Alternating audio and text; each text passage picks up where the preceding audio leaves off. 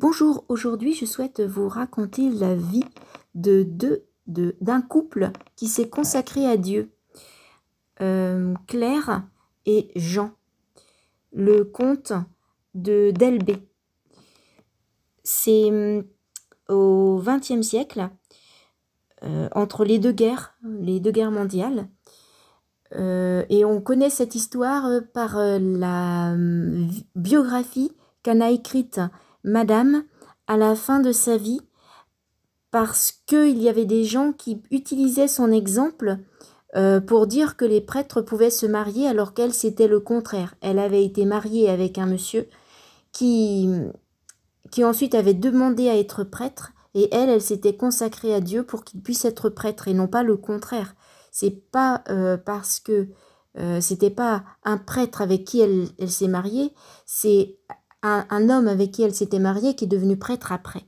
Et pour contrecarrer cette façon d'utiliser son exemple à l'envers, elle a décidé d'écrire sa vie dans un livre qui est épuisé maintenant. C'est pour ça que je me permets de raconter maintenant la lecture que j'en ai faite, et qui s'appelle « Deux vocations qui n'en font qu'une », pour dire que, étant mariés, l'un et l'autre, ils ont eu une seule vocation.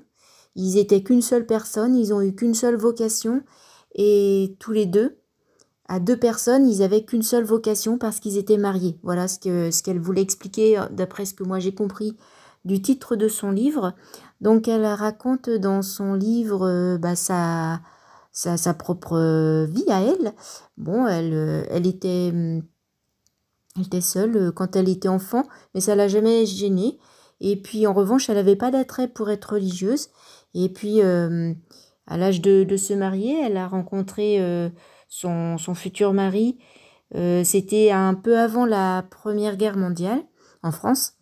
Et ils se sont tout de suite compris, ils étaient toujours sur la même longueur d'onde, et ils se sont mariés comme un couple normal.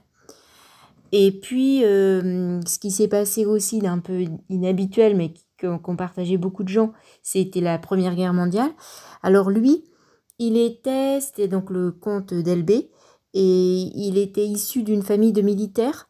Son père lui-même était un vétéran de la guerre de 70. Il était resté handicapé de cette guerre. Et tous ses frères, ils étaient nombreux, ils étaient 5, ils étaient tous militaires, lui-même également. Et une particularité, c'est que de la guerre, en fait, il est resté le seul survivant. Enfin, son père, il n'a pas pu participer à la guerre, vu son âge, mais tous les fils sont allés à la guerre, et lui-même est resté le seul survivant. Tous les autres sont morts à la guerre, et d'ailleurs, son chef militaire, il l'a éloigné du front, vu que tous les fils étaient morts. Donc, il voulait qu'au moins il y en ait un qui y reste. Et il a vécu douloureusement, parce que pour son honneur de militaire, d'être éloigné du front, c'était pas agréable, mais en tout cas, il est resté vivant.